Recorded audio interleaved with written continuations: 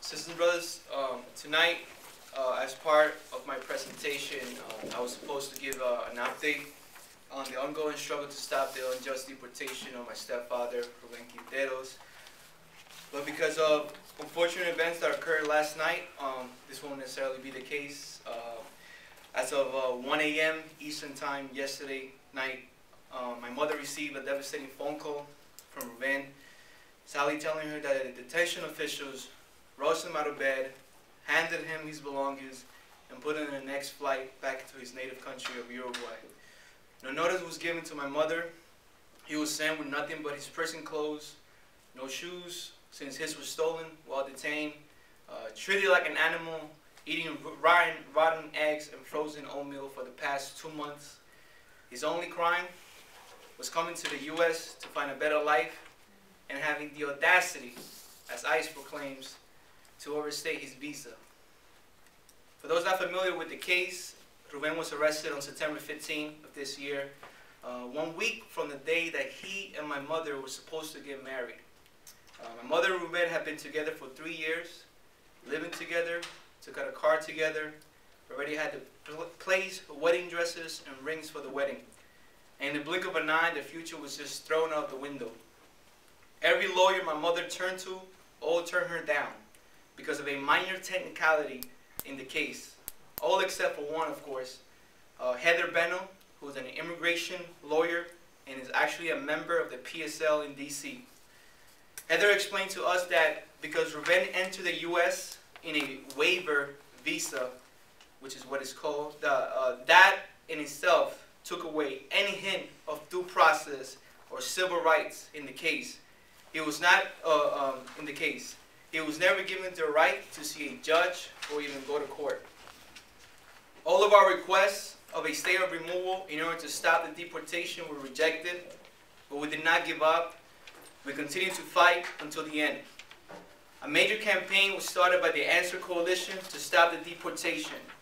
Hundreds of phone calls and letters were made, by many of you in this room, to ICE officials, the White House, and local representatives.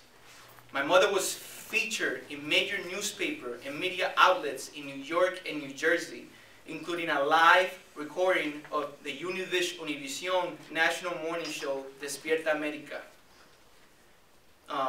ICE refused to answer reporters, and even the office of New Jersey Senator Bob Melendez. Despite the attention the case gathered and pressure it received from the campaign, ICE deported Ruben today in the early morning hours. The case of Ruben is one of thousands of unjust deportations carried out throughout the country. Our suffering, especially that of my mother, is one felt by many thousands of families across the country. Since Obama came to office, ICE has stepped up its attacks on immigrant families. Since Obama was elected in 2009, deportations have drastically increased by 50% from Bush presidency. Last year alone, Obama oversaw the deportation of 400,000 people. In spite of the official line of the Democratic Party, this year he was even recently crowned for setting deportation records for the most deportations this year, or at already more than 400,000 at this time this year. As if tearing apart families is a sport nowadays.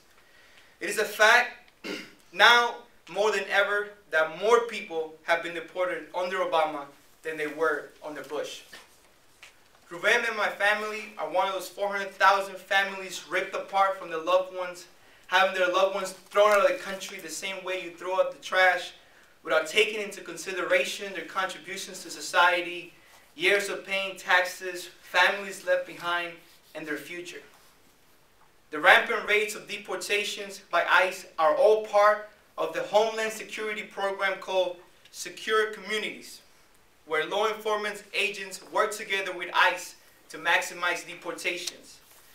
This racist campaign is nothing but an attempt to continue to harass and terrorize the immigrant community. Along with Secure Communities, SB 1070 in Arizona, the newly titled Juan Crow law in Alabama, among others, have all made any person who fits into the stereotype of an illegal immigrant a target. People's jobs have been raided, as was the case of Ruben. Businesses have become subjected to penalties for hiring undocumented immigrants. Entire communities have been forced to hide in places like Arizona. Laws have been passed to separate. Laws have been passed to even shut down Latino-owned businesses, as is in the case in Alabama. When we put it into context, sisters and brothers, secure communities actually makes us unsafe and unsecure. Although immigration is rooted in racism, and many in the right advocate for the massive deportation of all immigrants, the capitalist class knows too well that undocumented labor is an easy and indispensable source of exploitative labor. The role of ICE is not to deport all immigrants, although they try, but to enforce enough terror and harassment in these communities to force immigrants into a corner, feeling helpless and desperate, accepting lower wages. Capitalists very skillfully, with the help of the corporate media, use immigrants as a scapegoat for economic problems and blame them for so-called stealing jobs from U.S. citizens. When in reality, it is the capitalist class that use immigrant labor to lower wages and divide workers to increase their profits. Comrade Lenin, referring to immigration in the United States during the first part of the 1900s, mentions that, in quotes, "In the United States, immigrants from Eastern and Southern Europe are engaged in the most poorly paid jobs, while American workers provide the highest percentage of overseers or of the better paid workers. Imperialism has a tendency to create privileged section also among the workers, and to detach them from the broad masses of the proletariat," end quotes. As Marxists, we see the neoliberal policies by the U.S. disguised as free trade in underdeveloped countries as their root cause for the mass immigration of people to the United States. U.S. companies, on the other hand, unlike people, have a green light to cross any country and set up any shop in any border to do this. As author Eduardo Galeano put it best, in quotes, "For the underdeveloped countries, free trade is something else entirely. The division of labor among nations consists of some that specialize in winning and others that specialize in losing. In this case, U.S. companies are the ones that do all the winning, while the people that are losing are the millions of people that have to leave their homelands with no other choice of leaving everything behind in the search of an undefined future in the United States. For this reason, any debate that centers around immigration policy in this country without attempting to tackle the unfair neoliberal policies by the U.S. can never fully address or solve the issue. We here in the PSL demand full amnesty and full rights for all immigrants. We organize for workers to take up the issue of immigrant rights as an integral part of the working class struggle. We will continue to fight unjust deportations, racist anti-immigrant laws, and the tearing apart of thousands of families.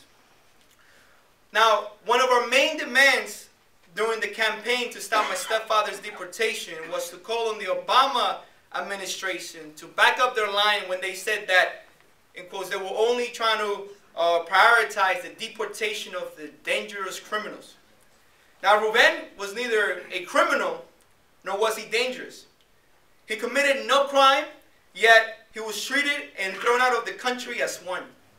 The real criminals here are the policies of the U.S., both at home and abroad, that are responsible for the suffering of millions of people having their loved ones taken away and their entire lives destroyed. As my mother begins the difficult task of taking the necessary steps to one day hope to reunite with Ruben, she wanted me to mention this to everyone that helped in the campaign, in quotes.